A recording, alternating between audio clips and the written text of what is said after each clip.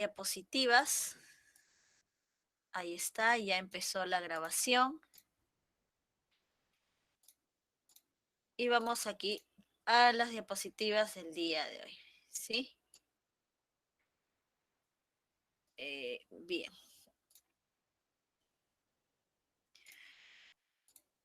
Listo. Quedo atenta a las preguntas que puedan realizar también por el chat. Nos toca hablar acerca de la edad moderna, ¿sí? Eh, Podría yo resaltar a la edad moderna como una fase de la historia caracterizada por diversos cambios sociales, económicos, políticos, pero cambios que dentro del cual se va a generar lo que es una mejor, podríamos decir, a través de los inventos, ¿no? Que se realicen también, manera de vida, ¿no? Muy aristocrática, por supuesto, dentro de la política, ¿no? Es decir, las personas de alta jerarquía, la nobleza, son los que principalmente van a estar a cargo dentro de esta fase de la historia. Pensamientos, ¿no? Que se van a generar dentro de este periodo van a posibilitar también que las personas, ¿no? Puedan adquirir mejores condiciones de vida. Sí, que poco a poco vamos a ver que esto va a ir más bien generando mayor abarcación dentro de las sociedades en la edad contemporánea. Lo que debemos de saber, como la semana pasada dijimos, ¿no? Es estos años que nos enmarcan, ¿no? Así van a parametrar lo que es a las edades. Habíamos dicho, y las actividades, ¿no? O sea, por ejemplo, en la Edad Media habíamos dicho 476 con la caída de Roma de Occidente hasta 1453, que es la caída de Roma Oriental o la caída de la ciudad de Bizancio o Constantinopla, como en ese entonces se llamaba, ¿sí? En el caso de la Edad Moderna, ¿cuáles son los parámetros? ¿Desde cuándo a cuándo, no, se da esta fase de la historia? ¿Recordarás? ¿Lo podrás escribir tal vez por el chat?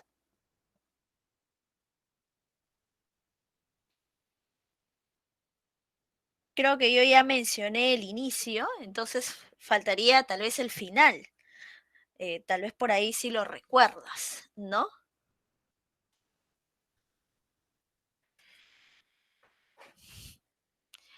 Ya, como dice Paola, muy bien, sí, no creas, estate segura. Ese es el evento con el cual la edad moderna termina, ¿sí?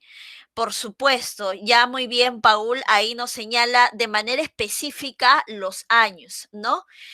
Como te dije, yo no soy mucho de hablar de años, pero aquí sí es necesario, ¿no? Cuando hablamos acerca de las fases de las eras en la historia universal, es importante sí recordarlas, ¿no? Ahí tenemos lo que es 1453 con la caída de Constantinopla a través de los turcos otomanos y termina con 1789 con la Revolución Francesa. Exacto, por supuesto, Sandra.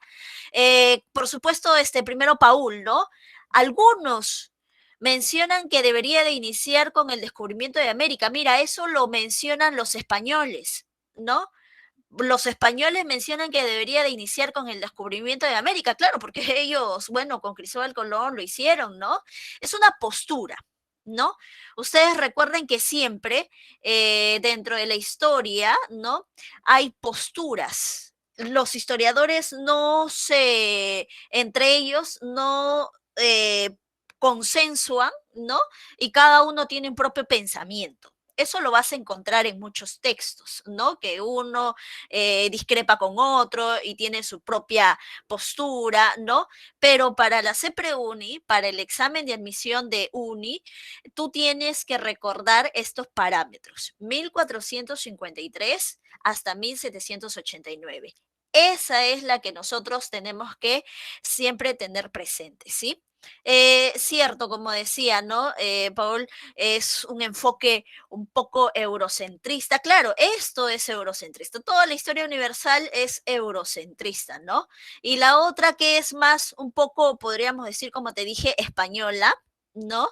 Que está relacionada pues con el descubrimiento de América y dicen con la independencia de Estados Unidos, ¿no? La independencia de Estados Unidos debería de ser el hito que enmarque el fin de lo que es la edad moderna y el inicio de la edad contemporánea. ¿No? Pero como te dije, y vuelvo a recalcar para todos, a nosotros aquí en Semproguni nos debe de quedar claro el parámetro de 1453 a 1789, que como dice aquí, ¿no? Es el tiempo en el cual transcurre la edad moderna, ¿sí? El periodo de centralización del poder, ahí está, ¿no? La figura del rey. Y vamos a ver cómo la iglesia poco a poco va a estar perdiendo, ¿no? Por diversas, ¿no? Situaciones, perdiendo adeptos, o sea, las personas ya no creen que Dios es el centro del universo, más bien dice que es el hombre, ¿no? Contrasta ese ideal y es por eso, ¿no? Que de aquí la figura que va a tomar o a acaparar todo lo que es el poder político, económico, va a ser el rey, ¿no? Por eso se habla acerca de un poder absolutista. Y expansión de las principales potencias, ¿sí? Esa expansión se va a dar principalmente por un afán económico, ¿no? Vamos a ver cómo el hecho de poder buscar nuevas rutas, ¿sí? Y de ahí próximamente mercados, va a generar pues esta expansión de las principales potencias, vamos a ver lo que es imperios ultramarinos, por ejemplo, ¿no? En un primer momento con España, con Portugal, pero después ya otros reinos, podríamos decir, se van a ir también desarrollando mucho más que estos primeros. Abarcó desde la toma de Constantinopla hasta la Revolución Francesa, ¿no? Y esto es por un cambio también ideológico, ¿no?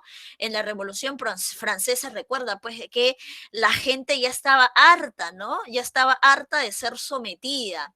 Ellos mencionaban si es que dices que Dios creó al hombre en su imagen y semejanza, y si Dios menciona que nosotros, ¿no?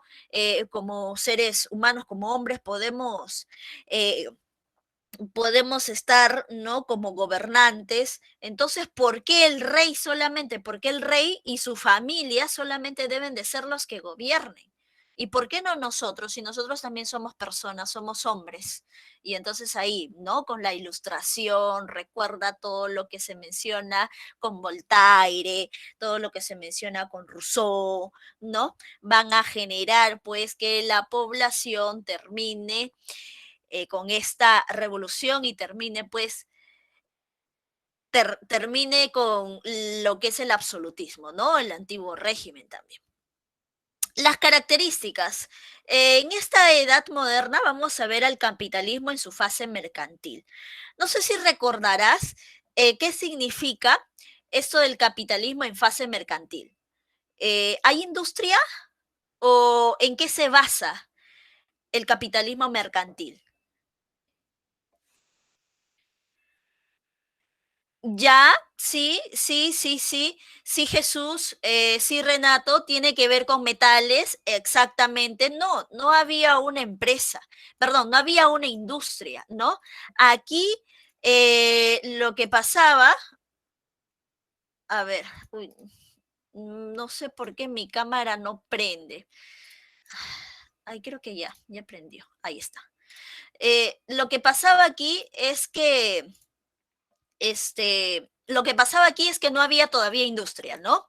Entonces, claro, había una fase de comercio. Ya no hablamos de trueque, hablamos de comercio, ¿no? La gente vendía, la gente compraba bienes, poseía y de eso se encargaban, ¿no? Los comerciantes acumulaban acumulaban riquezas a través de sus ventas, acumulaban los estados metales de aquellos lugares que se iban a conquistar, ¿no? Se iban a generar sus colonias. Entonces, esa acumulación de metales por parte de los estados, ¿no? De sus colonias, esa comercialización, compra y venta masiva de bienes, se conoce como el capitalismo mercantil, ¿no? Ya después vamos a ver cómo este capitalismo pasa a su otra etapa, que es el industrial, ¿sí? Bien, la centralización del poder, ¿no? Del poder político en el rey, ¿no? La iglesia va a quedar relegada, sí, por diversos aspectos, va a haber una secularización con la iglesia, es decir, una separación de los poderes, ¿no? Más bien la iglesia va a tener que, al fin de cuentas, también, ¿no? Adherir a sus propias características, lo que es, por ejemplo, ideas del humanismo, ¿no? Porque ya la gente pensaba de manera diferente.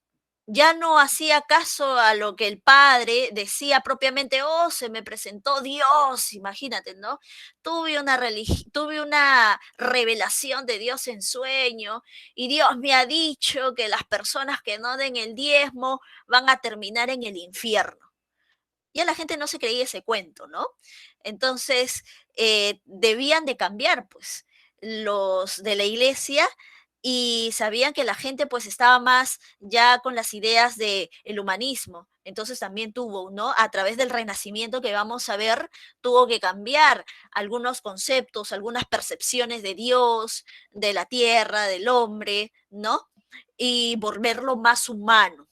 Vamos a verlo después. Justamente esto tiene que ver con, con el cuestionamiento de la escolástica, ¿no?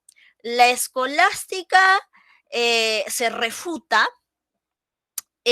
porque se toma en cuenta a la razón, ¿no? Se toma en cuenta mucho a lo que es la razón. ¿Qué significaba la escolástica? Bueno, la escolástica significaba que, o estaba relacionado con lo que es el teocentrismo, ¿no? La iglesia o Dios en el centro de todo, ¿no? Abarcaba la atención de todo. Esto va a ser refutado porque vamos a ver que ahora pues el hombre será el medio de todo estudio, el hombre será el que va a concebir el poder, ¿no? Entonces, la razón se impone ante la fe. Y no quiere decir que muchos dejen de ser, claro, ¿no? Van a haber personas que, y por eso es que se van a dar situaciones de que la iglesia se va a desquebrajar, ¿no? Pero van a tener que buscar otra manera de cómo las personas continúen, ¿no? Creyendo en Dios, pero de una manera más racional, más humana, ¿no? O haciendo a la iglesia ya no tan, podríamos decir, idealista, sino bajarse a ser un poco más realista. El desarrollo de la burguesía, ¿sí? ¿Quiénes eran los burgos? No sé si recordarás, porque aquí tiene que ver con también el término burguesía, burgos, no sé. ¿Recuerdas qué son los burgos? Porque la burguesía, claro, como dice aquí, ¿no?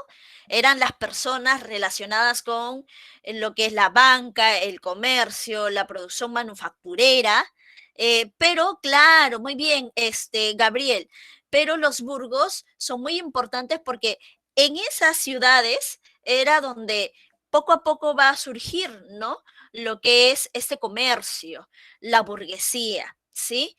Y tenemos hasta el día de hoy muchas ciudades, ¿no? Muchas ciudades que contienen todavía este término dentro de sus nombres y podríamos mencionar que han sido pues ciudades con estas características que estamos mencionando que vienen desde esta época.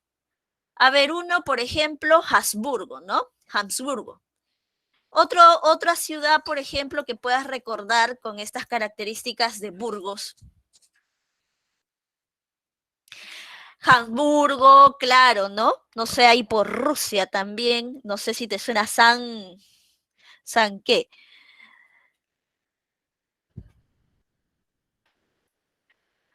Habsburgo, Luxemburgo, San Petersburgo, ¿no? Claro, estas son ciudades, son burgos, son ciudades, por supuesto, medievales, pero que ya estaban con características relacionadas al comercio. ¿No?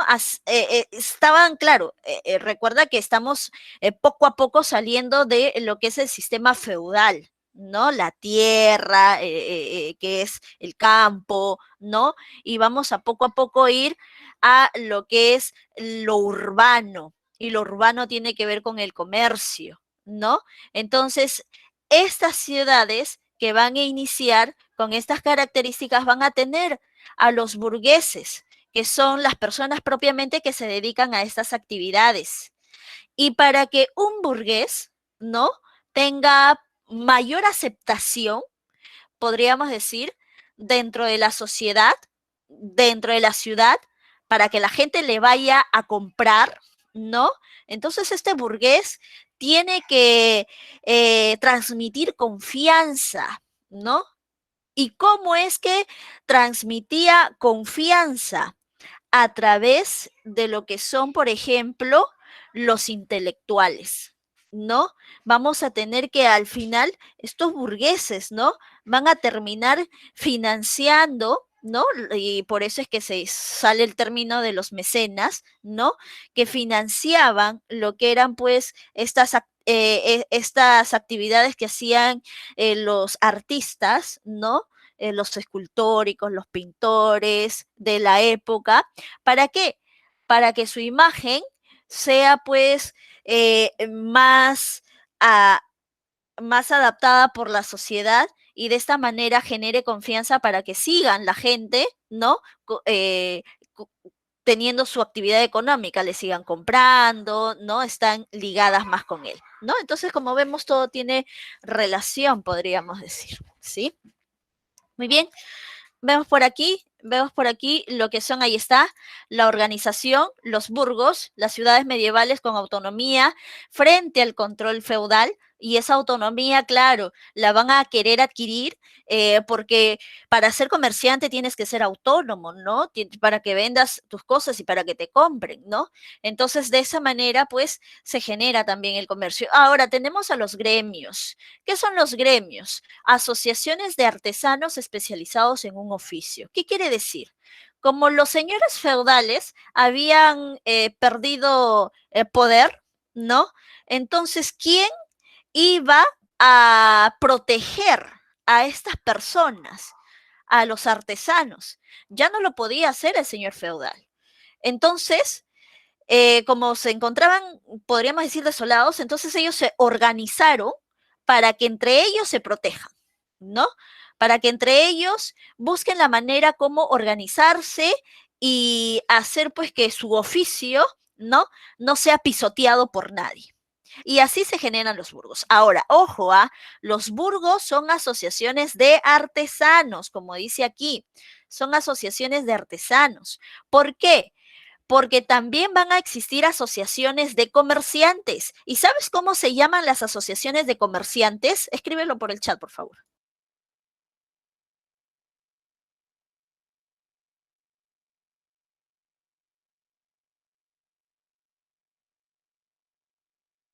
¿Sabes cómo se llaman las asociaciones de comerciantes? A una pregunta fija.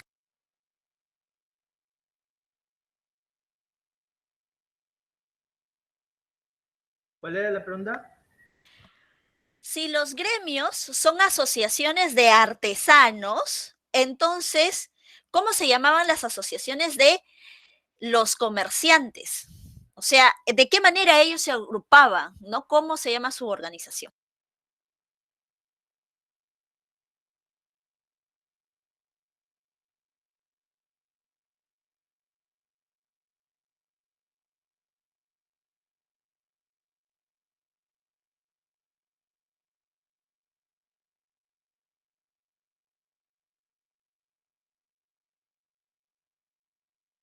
Nada, creo. Bien, están aquí justamente. Se llaman las ligas, ¿sí? Mira, los gremios son para los artesanos y las ligas son para los comerciantes. Los comerciantes se reunieron a través de ligas para poder entre ellos organizarse, cuidarse, velar por su mercado, por donde ellos iban a generar pues sus ventas, ¿no? Y ahí tenemos dos principalmente que resaltan, que se encuentran aquí, la lombarda y la Hansa teutónica, ¿sí?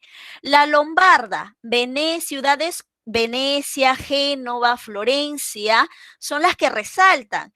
Entonces, estamos hablando de las ciudades de Italia, sí, por supuesto. En Italia, los burgos, que son las ciudades, ¿no?, que van a caracterizarse por el comercio, son las que principalmente florecen.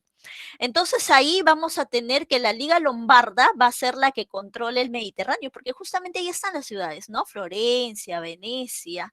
Entonces todo esto va a ser principalmente controlada por la Lombarda, ¿sí? Y la Hansa Teutónica, no sé a qué te suena Teutónica.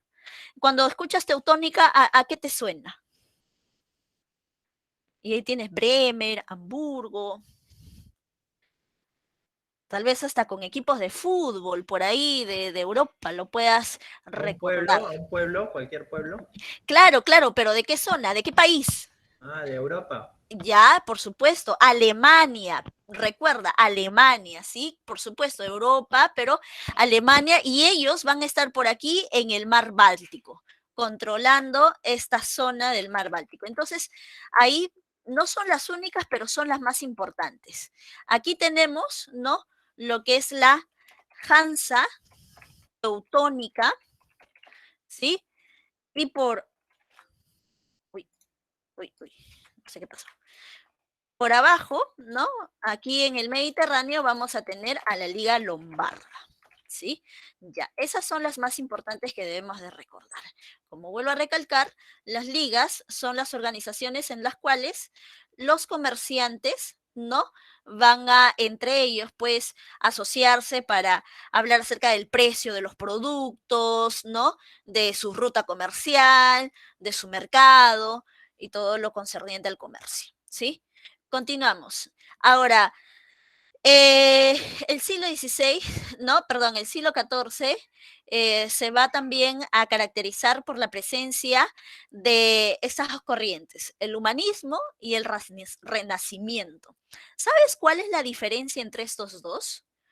A ver, si te dicen humanismo, ¿qué te viene a la mente que sea pues lo que lo distingue al renacimiento?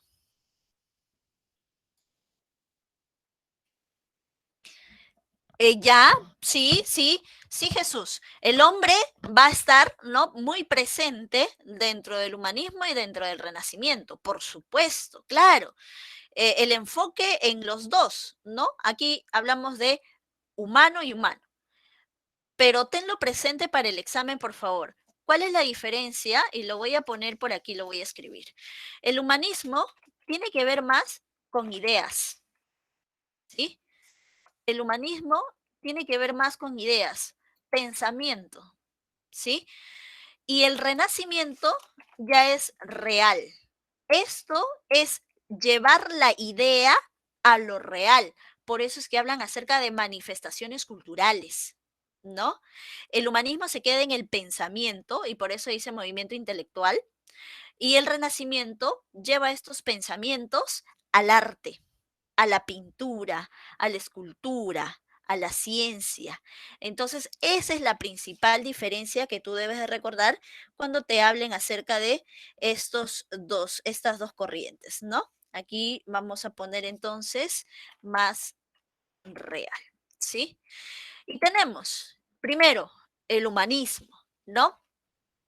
Movimiento intelectual basado en el uso de la razón, por supuesto. Hay características, desarrollo del antropocentrismo. Antro, hombre, centrismo, centro de la atención, ¿no? Como lo habíamos dicho, la iglesia queda rezagada, ¿no? Ya esto de la teoría del teocentrismo va a quedar de lado, y recuerda que acá pues van a haber avances como las que hace Copérnico, ¿no? Como la que hace Kepler para refutar las ideas que menciona la Iglesia, y por eso es que el pensamiento es antropocentrista. Rechazo a la escolástica, que ya hemos dicho, ¿no? La razón se impone ante la fe. Está bien, nosotros creemos en el Dios, pero no vamos a creer en todo lo que nos diga el padre o el cura, sino que nosotros también leemos las Sagradas Escrituras, y por eso es que es importante la imprenta en estos años, porque eso me permite a mí tener las Escrituras, leerlas, interpretarlas a mi modo. ¿No? Ya no voy a creer en lo que me diga el sacerdote, sino que yo al leer interpreto y sé, ¿no? No quiere decir que voy a dejar de creer, no, sí voy a seguir creyendo en la iglesia, pero no voy a creer todo lo que me digan, por ejemplo, el dar todo mi dinero como diezmo, porque si no me voy al infierno. El uso de la cultura grecorromana, ¿no?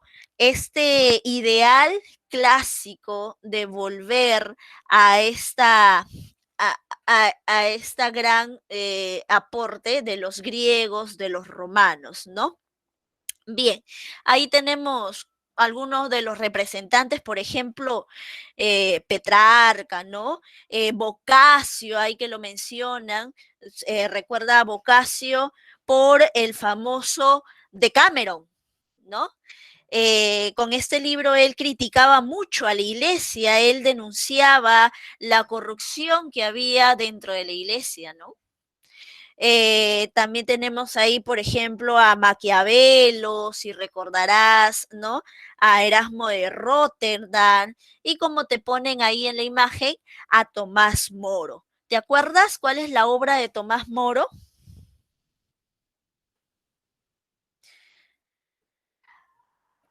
Claro, la utopía, ¿sí? Por supuesto, la utopía, sí. A ver, ya, claro, sí, sí, sí. Hay, ¿no? Se menciona que Boccaccio, ¿no? Lo que hace, pues, en esto de como te digo, su crítica a la iglesia, es por ello que, como un tipo sarcasmo, ¿no? Como un tipo de sarcasmo, hace esta modificación.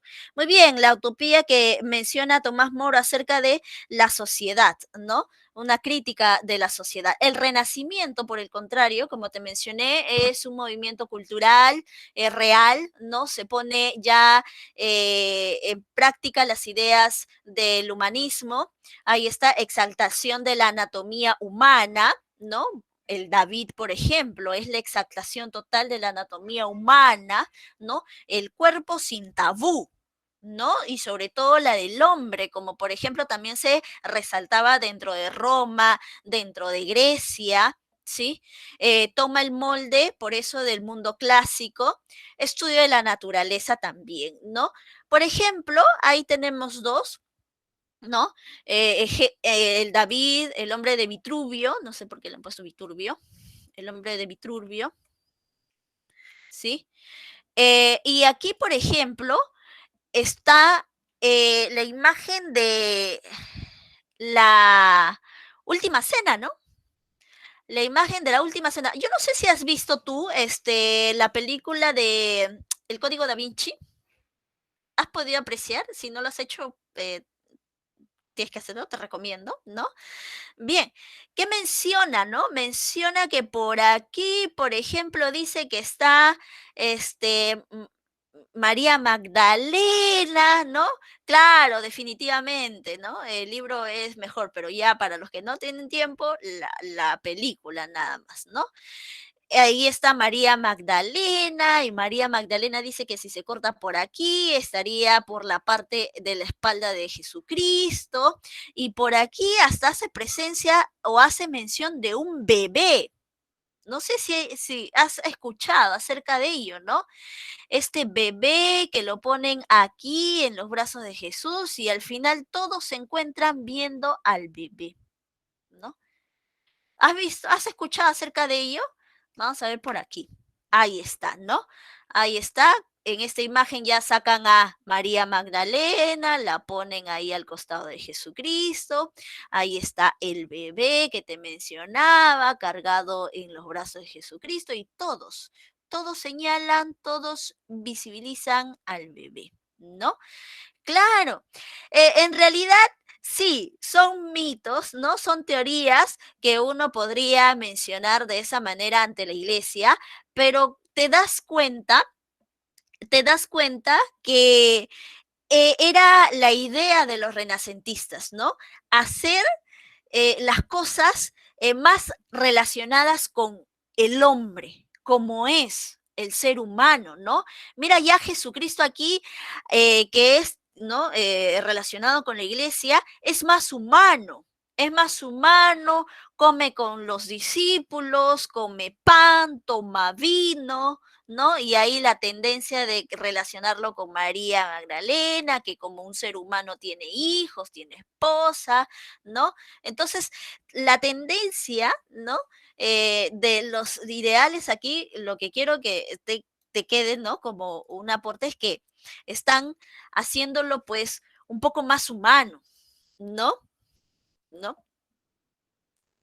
Bueno, ya esa es una idea, ¿no? Que se han mencionado. Por ejemplo, aquí tienes la creación, ¿no? La pintura de Miguel Ángel, que se encuentra en la Capilla Sixtina, la creación. Y yo no sé si aquí la presencia de Dios te trae a la mente la parte de alguna parte del ser humano. No sé si te trae ahí la idea de alguna parte del ser humano. Electricidad, no, el cerebro, por supuesto, el cerebro, claro, pues ahí mencionan, ¿no? Mencionan, ahí está, mira, como la comparación con el cerebro humano, ¿no? Entonces, relacionan, ¿no? O sacan, sí, son teorías, ¿no? Son mitos, son pensamientos de que hay estas referencias, ¿no? Con hacer a la persona más, o perdón, hacer a Dios, a su hijo, más humano, ¿no? Más real, ¿no? Y mira, uno dirá, profesora, estamos en la edad moderna, ¿no? La última cena, la creación, esos son ideas de la iglesia, sí. Lo que pasa es que la iglesia también tuvo que al final tomar las ideas del humanismo, porque la gente estaba ya con estas ideas y tenía que de alguna manera mantener a sus adeptos, ¿no? Y la forma de mantener a sus adeptos es también tomando en cuenta las ideas del humanismo, ¿no? Es por eso, mira, si hubiéramos estado, imagínate, en la época medieval, ¿cómo hubiera aparecido Dios? Porque aquí ya tiene una forma de ser humano, ya tiene un rostro. Dios hubiera aparecido como una luz, ¿no? Así como tipo la película de Moisés, que Dios está ahí en lo que es el árbol, ¿no? Y un reflejo de luz es lo que hace presencia a su poder o a él mismo. Pero aquí está representado a imagen y semejanza del ser humano. De igual manera, como te decía aquí, en la pintura de la última cena, hacen a Jesús más humano al hecho de compartir la mesa, comer lo que todo persona come, que es el pan, el vino, ¿no? Entonces, eso pone también a la iglesia un poco más relacionada a las ideas que estaban muy presentes en esta época. Bien, continuamos entonces aquí, expansión europea. La expansión europea se da con la finalidad de poder buscar una nueva ruta a Oriente, porque recuerda que entre Occidente, que era Europa, y Oriente, que era Asia, en el medio se encontraba la ciudad de Constantinopla. Y Constantinopla había sido tomado por los turcos otomanos. Entonces, esto perjudicaba mucho a Occidente. ¿Por qué? Porque ya no tenían la libertad de pasar por ahí, tenían que someterse a lo que mencionaban los turcos, entonces como que no se les salía a cuenta, no les rendía. Ellos empezaron entonces a ver de una manera cómo poder retornar hacia Oriente, pero sin pasar por Constantinopla. Esa búsqueda de nuevas rutas permitió la expansión europea. Ahora, ojo, en este entonces, aunque hasta ahora te diré, existen personas que creen que la Tierra es plana. ¿No? Hasta el día de hoy hay personas que creen en que la Tierra es plana, ¿no? Y tú le dices, no, pero mira, están eh, los satélites nos dan las imágenes fotográficas de la Tierra que no es plana y te dicen, ah, ¿y tú has ido? Y tú vas, no, pues eso lo hacen los astronautas, entonces, no, la Tierra es plana, bueno, es su creencia, ¿no? En esta época más aún, más aún. Entonces, ¿no? Vamos a ver cómo todo este proceso también al final termina pues consiguiendo otras cosas, ¿no? Pensando que había llegado a las Indias, pero al fin y al cabo la verdad es que había llegado a un nuevo continente. ¿Sí? Las causas de esta expansión, como dice, caída de Constantinopla, que ya te lo expliqué, la búsqueda, ¿no? Relacionado con la búsqueda de las nuevas rutas comerciales, pero esas rutas de nuevas búsquedas comerciales era pues dar la vuelta, ¿no? Darle la vuelta para a lo que es África, que ellos conocían, darle la vuelta a África para que por ahí se llegue a Asia. No se percataron que existía el nuevo continente. ¿Sí? Así es, Miguel. Por eso nos llaman indios, porque Cristóbal Colón pensó que había llegado a las Indias y así murió con ese pensamiento, ¿no? Búsqueda de nuevas rutas comerciales. Potencias. Ahora, España, Portugal son los que resaltan. ¿Por qué? Lo que pasa es que en España, esta familia, ¿no? Que eran señores feudales en realidad, ¿no? O sea, venían con toda esa riqueza de tierras, ¿no? Posesión de riquezas a través de las tierras que se casan, ¿no? Y al final, pues terminan apoyando a Cristóbal Colón con sus ideas, porque ellos también querían, ¿no? Como tenían esta tendencia de ideas del feudalismo de crecer a través de la expansión territorial, entonces también apoyaron la idea de Cristóbal Colón, ¿no? Sí, sí, en realidad sí, pero aquí los principales eran España y Portugal en un primer momento, ¿no? En un primer momento. Inglaterra, Francia, después, ¿no? Van a continuar con esto porque se dan cuenta que también, ¿no? Tienen que salir de ese lugar a buscar más mercado y van a terminar hasta ganando, ¿no? A España principalmente, es decir, haciendo que se desarrollen más, porque España al final se duerme en sus laureles y por el contrario Inglaterra no solamente busca más rutas, sino que también desarrolla industria dentro de sí, ¿no? En cambio España, bueno, se quedó, como te dije, en sus laureles, con sus colonias, ¿no? Acumulando riquezas, pensando que de ahí todo siempre iba a salir y eso le iba a dar, pues, metales por las cuales ellos van a crecer, ¿no? Económicamente y también por unas situaciones de la política de herencia que ahorita lo vamos a mencionar, ¿no? Con Carlos II, que al final pues todo un desastre porque no tuvo herederos, entonces ahí como que ya España pues decreció, ¿no? Y le ganaron los otros estados como Inglaterra y Francia, ¿sí?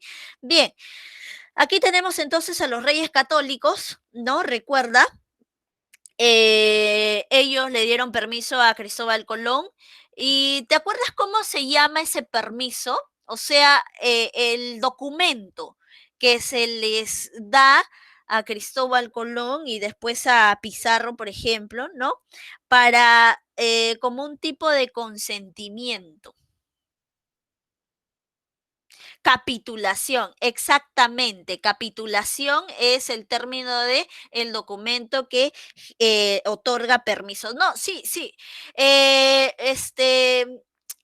Miguel, Cristóbal Colón se menciona que en un primer momento buscó, ¿no? Una cercanía con Portugal. Pero lo que pasa es que en Portugal se había generado toda una escuela. Recuerda que la escuela de navegación, ¿no? De Enrique, el navegante, ¿no? Había generado que los mismos portugueses se puedan especializar en estos viajes, ¿no? Entonces, como que no le daban importancia a los que venían de afuera, ¿no? Por eso es que viendo toda esta situación, Colón pues termina yéndose a España a buscar oportunidad de que le permitan continuar con su idea, ¿no? Y como que los reyes católicos dijeron, bueno, pues al final que perdemos, ¿no? Entonces, por eso le dieron la aceptación. Así es, Jesús. Enrique el Navegante es el que crea la escuela de Sagres, ¿no? La escuela náutica de Sagres, y justamente ahí es donde se van a perfeccionar los navegantes portugueses. ¿Sí? En España tenemos lo que es también Magallanes, por ejemplo, ¿no? Ahí justamente en el mapa tú puedes apreciar la ruta de Magallanes, que es el primero en hacer la vuelta, ¿no? A la Tierra, el viaje de circunnavegación, como se llama, pero lamentablemente Magallanes no termina, ¿no? Este viaje porque muere en el camino, ahí está, muere por esta zona en 1521, y después Sebastián Elcano es el que termina con esta proeza, ¿no? Bien, Miguel, se menciona, sí, así como dicen, ¿no? Que ¿cómo se llama? Lo que estábamos hablando la semana pasada, Tupac Inga Yupanqui llegó a Oceanía, ¿no? Se dice eso. También hay escritos que mencionan que los vikingos fueron los primeros en llegar al continente americano, ¿no? Sí, sí, definitivamente hay también esa idea. En Portugal vamos a ver a Bartolomé Díaz, no sé si te acuerdas de Bartolomé Díaz, él pasó por aquí, ¿no? Le dio la vuelta a África, el cabo de lo que es las tormentas o de la Buena Esperanza, ¿sí? Vasco da Gama, no sé si recordarás a Vasco da Gama, él llega a la India, ¿no? Llega a Calicut, ¿sí? Pedro Álvarez de Cabral, ¿sí? Como estás mencionando, Pedro Álvarez de Cabral, que llega a Brasil, ¿no? Entre los más importantes, ¿sí? Profesora, Dime. el viaje de circunnavegación lo inició Fernando Magallanes y lo inició Sí. Sebastián Elcano, ¿no? Claro, el viaje de circunnavegación lo hacen Magallanes con Elcano, con Sebastián Pero, Elcano, o los sea, lo dos. inicia Fernando Magallanes y lo termina Sebastián Elcano, porque el otro Así murió, es. ¿no? Sí, sí, así es, tienes razón. Magallanes es el abanderado, ¿no? El que sale para terminar con este viaje, pero no llega porque muere en el camino, entonces es reemplazado por Sebastián Elcano, quien termina con esto, ¿no? Con Ya, este gracias, viaje. profesora. Sí, listo. Entonces ahí tenemos factores que permitieron la expansión, avances tecnológicos, ¿no? La brújula, principalmente, la brújula fue lo que eh, permitió, ¿no? También recordemos a Mercator, es de esta época Mercator, con su proyección, ¿no? Con el mapa de Mercator también se pudo tener esta ruta o tener una mejor representación de la superficie terrestre para que los navegantes puedan realizar, ¿no? Estos viajes. ¿Sí? El respaldo político, muy importante. Siempre cuando vamos a tener que hacer diferentes hechos, sucesos, la política es muy importante el respaldo, ¿no? Porque este respaldo político te genera también hasta apoyo financiero, ¿no? Para que puedas realizar, en este caso, pues los viajes de exploración. Consecuencias, imperios coloniales ultramarinos. ¿Cuáles son esos imperios coloniales ultramarinos? España, ¿no? Y Portugal en un primer momento, ¿sí? De ahí tenemos la disminución de la población nativa. La población nativa de dónde? La población nativa de América, que eso lo vamos a ver más la próxima semana con mayor detalle. ¿Por qué disminuyó la población nativa? ¿Te acuerdas? ¿Por qué principalmente disminuyó la población nativa? por las enfermedades, por supuesto, ¿no? Como la viruela, la gripe también mencionaban, ¿no? Y aquí, si bien es cierto, la peste negra había sido una epidemia de Europa, también empezaron a llegar algunas ratitas, ¿no? Claro, no se masificó, pero sí, hubo muchas enfermedades que trajeron los europeos, los americanos no contaban con inmunidad para estas enfermedades y murieron. Tanto así que en algún momento tuvieron que traer negros, ¿no? Como la población nativa había descendido, entonces no había quien trabaje tanto el campo, entonces trajeron negros africanos del norte.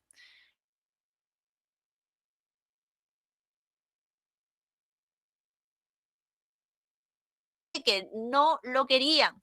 O sea que en Europa era muy mal vista porque, por el contrario, en Europa lo que querían es perfeccionar la raza, ¿no? Mejorar el linaje. Y en América, por ejemplo, aquí lo que vamos a ver la próxima semana en el Perú, hubo mucho mestizaje. Era toda una aberración que un blanco se juntara con un indio o con un negro. Era inconcebible y por eso las cartas de bautizo, ¿no? En las cartas de bautizo donde a ti, por ejemplo, es como tu antiguo o como hoy sería tu documento de identidad, no solamente hablaba acerca de tu persona ni de tus padres, sino de toda tu descendencia, de todo tu árbol genealógico, ¿no?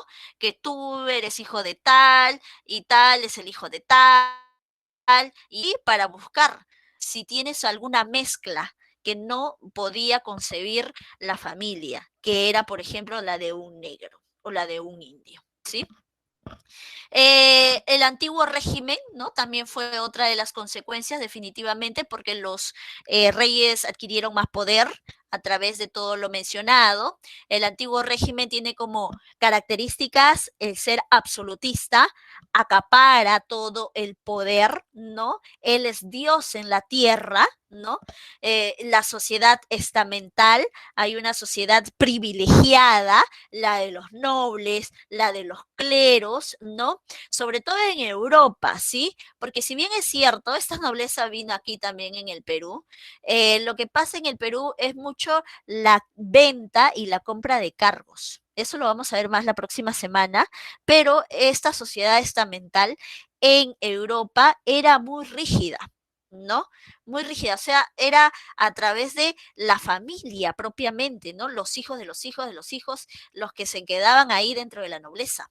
Entre las familias se casaban, ¿no? Es por eso que a veces también hasta se menciona que algunos de los reyes tenían, y tú lo puedes buscar en internet, rasgos como se dicen, ¿no? Cuando hay un incesto de la familia, suelen haber, dice que algunas deformaciones, enfermedades patológicas y todo lo demás por esta sociedad estamental.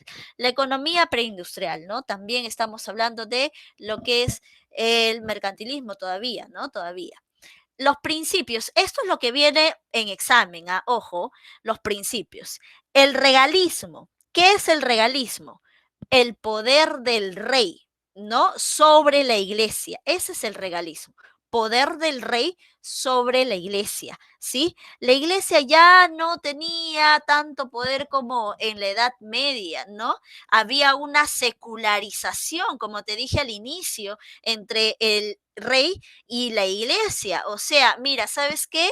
Tú solamente te vas a encargar de Dios, de tu iglesia y de tus fieles, pero nada que el Estado, no, no, no. Eso déjamelo a mí, ¿sí? El providencialismo tiene que ver con que el poder del rey proviene de Dios, ¿no? El poder del rey proviene de Dios. Esa es la justificación. Dios me ha mandado a mí para gobernar, para ser el rey, ¿no? Sí, así es, Salazar Paul, ¿no? El hechizado Carlos II de España, que mencionan, ¿no? Por esta ingesta de las familias terminó pues siendo condenado, ¿no? O sea, dice que por esta mezcla entre las familias nació Carlos II el hechizado, el que no pudo tener hijo varón, ¿no? No pudo tener hijos, no pudo tener heredero, y por eso le decían el hechizado, que había pues sido castigado para no tener ningún heredero. Y es por eso que también decae lo que es España, ¿no? Decae mucho por justamente Carlos II el hechizado. Y finalmente el centralismo, que es el poder, ¿no? Dentro de lo que es el rey, ¿no? El rey concentra el poder, ¿sí? Vuelvo a recalcar, el regalismo que tiene que ver con que el rey sobre la iglesia. Hay una secularización del poder. Iglesia tú, o sacerdote, tú con tu iglesia y yo con el Estado. El providencialismo es la justificación. El rey o el hombre es rey por mandato de Dios. Y el centralismo es el acaparamiento de todos los poderes. ¿Sí? Bien, principales monarquías. Aquí tenemos la francesa y la inglesa. La francesa tiene que ver aquí la familia Borbón, recuérdalo, ¿sí? En la familia Borbón está Luis XIII, ¿no? Pero sobre todo resaltar a Luis XIV. El Estado soy yo, ¿no? El Rey Sol. No sé si has visto, te recomiendo en Netflix, hay una serie acerca de Luis XIV, habla acerca de lo que es la creación del Palacio de Versalles, que él lo vio en sueños y lo hizo realidad, ¿no? Habla acerca de su ministro Colbert, ¿no? Porque recuerda aquí resaltamos el colbertismo, que le ayudó mucho a hacer todos sus aportes aquí, como estamos viendo, ¿no? Luis XIV, entonces muy importante, ¿sí?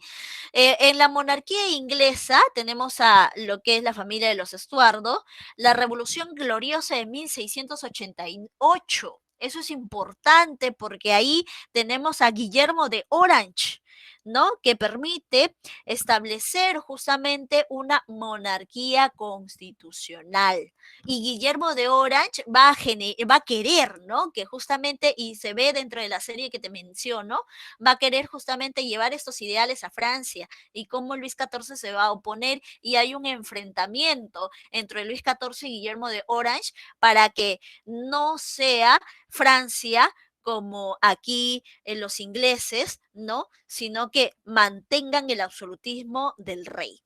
Aquí hay una frase muy famosa dentro de lo que estamos mencionando en la monarquía inglesa, que después se convierte ya para todas las monarquías, cuando estas también se vuelven constitucionales. No sé si has escuchado de la frase de el rey y reina. No sé si la puedes completar, si sabes esa frase. El rey y reina, pero ¿has escuchado? El rey reina, pero no gobierna. Muy bien, Paola, excelente. El rey reina, pero no gobierna. ¿Sabes por qué? Porque ahora lo hace un congreso, ¿no? O sea, él genera los parámetros para que le diga al rey qué es lo que va a realizar, por supuesto, ¿no? Muy bien. Luego tenemos a la Ilustración. La Ilustración es un movimiento ideológico que cuestiona el antiguo régimen. ¿Qué es lo que cuestiona? El poder absolutista de los reyes, ¿no? Cuestiona sus principios. Oye, pero yo también soy hombre, yo también puedo ser mandado por Dios a gobernar. ¿Por qué solamente tú? ¿Por qué solamente tu familia? Entonces eso refuta la Ilustración, ¿no?